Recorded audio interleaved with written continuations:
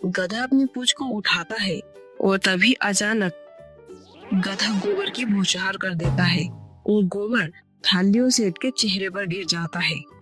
तभी सेठ पीछे कूदता है और नाक पकड़कर गुस्से में चिल्लाता है। भुलक्कड़ अपने गधे के साथ कहीं जा रहा था। भुलक्कड़ और उसका गधा बादल। भुलक्कड़ गधे के पास झुकता है। जमीन पर कुछ चमकता हुआ दिखाई देता है। वहां उठाकर देखता है तो वहां चांदी का सिक्का निकलता है। भुलक्कड़ खुश होकर गधे की पीठ थपथपाता है। ये तो असली घना चांदी का सिक्का है। शाबाश मेरे बादल, शाबाश। लोग तुझे यूं ही गधा कहते हैं, पर तू तो मेरे लिए साक्षात कुबेर का खजाना है। बस एक बार ढेचू बोल दे, फिर आज रात हम दोनों रबड़ी खाएंगे। सेठ दूर से देख रहा था और रुककर हैरानी से देखता है। अपने पेट पर हाथ फेरते हुए सोचता है, अरे ये मेरी आंखें क्या देख रही है? ये फटे हाल कुमार गधे के पैरों से चांदी का सिक्का उठा रहा है। अगर ये गधा मेरी तिजोरी के पास खड़ा होकर ढेचू बोल दे, तो मुझे तो इस धूल भरी दुकान पर बैठने की क्या जरूरत? अरे ये गधा तो चलता फिरता खजाना है। ये तो हीरा है, हीरा। सेठ जैसे ही भुलक्कड़ को ये सब करते देखता है, वो अपनी दुकान छोड़कर हाफते हुए भुलक्कड़ के पास आता है।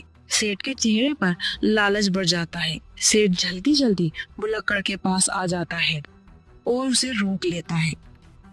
अरे ओ भाई भुलक्कड़, जरा ठहरो तो सही। ये गधा कितना पुराना है, बेचारा थक गया है। ला, इसे मुझे दे दे। बेचारा कितना थका हुआ लग रहा है। ऐसा करो, इसे मुझे दे दो। मैं इसे हरी हरी घास खिलाऊंगा, आराम दूंगा, राजाओं जैसे जिंदगी दूंगा। इतना कहकर सेठ गधे को सहलाने लगता है और भुलक्कड़ सोचने का नाटक करता है।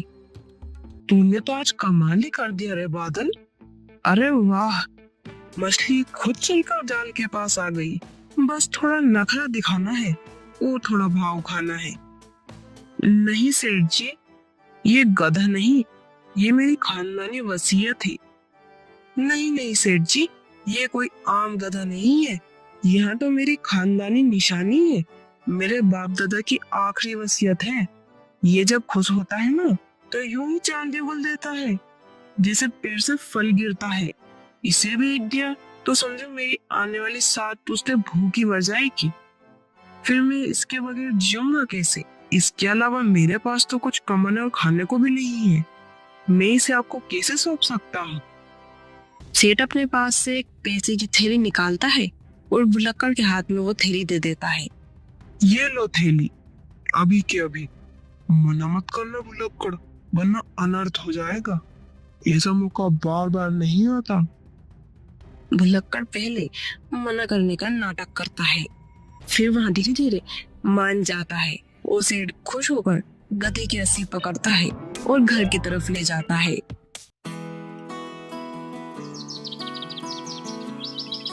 सेठ अपने आंगन में खड़ा होकर और हाथ में थाली लेकर सेठ गधे के पीछे खड़ा हो जाता है। गधा धीरे धीरे पूंछ उठाता है।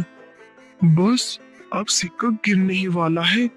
अरे बादल प्यारे, एक बार जोर से चिल्ला दे, मेरी थाली खाली है, इसे चांदी से भर दे। और सेठ आंखें बंद करके इंतजार करने लगता है। सेठ की आंखों में उम्मीद और लालच दोनों होते हैं। बस अब आएगा, अभी चांदी बरसेगी। ये बादल प्यारे, एक बार जोर से ढेंचू बोल दे, मेरी ये खाली थाली चमचमाती चांदी से भर दे। गधा अपनी पूंछ को उठाता है और तभी अचानक गधा गोबर की बौछार कर देता है और गोबर थालियों सेठ के चेहरे पर गिर जाता है। तभी सेठ पीछे कूदता है और नाक पकड़कर गुस्से में चिल्लाता है। छी, धिक्कार है, ये क्या है? ये क्या? चांदी की जगह बदबूदार गोबर, मेरा चेहरा, मेरी धोती, सब सत्यानाश हो गया। उस कुमार ने मुझे चूना लगा दिया। गधे ने सेठ के कपड़े और मुंह दोनों खराब कर दिए थे। सेठ गुस्से में दौड़ते हुए भुलक्कड़ के घर पहुंचता है। भुलक्कड़ आराम से घर पर बैठा हुआ था। अरे धोखेबाज, तेरा गधा चांदी नहीं गोबर उगल रहा है। मेरे पैसे वापस कर। भुलक्कड़ शांत और मुस्कुराते हुए जवाब देता है। अरे सेठ जी, आप भी ना कितने भोले हो। गधा तो आखिर गधा ही है, उसे क्या पता चांदी क्या होती है और गोबर क्या। उसने तो वही दिया जो उसके पेट में था। लेकिन आपके पेट में क्या था? लालच। इसीलिए आपको गोबर भी चांदी जैसा चमकता हुआ दिखाई दिया। अब जाइए, गधी की अच्छी सी सेवा कीजिए, शायद अगली बार वहां सोना बरसाते। सेठ उदास और बैठा हुआ पछतावा करता है। हाय मेरी फूटी किस्मत, मेरे पैसे भी चले गए और ऊपर से ये बदबू। छी, अब पूरे गांव को क्या मुंह दिखाऊंगा। लालच ने ही मुझे कहीं का नहीं छोड़ा। उसके बाद भुलक्कड़ और गधा मजे से रह रहे थे। मेहनत का सिक्का कभी काला नहीं पड़ता और लालच का गधा हमेशा गोबर ही करता है।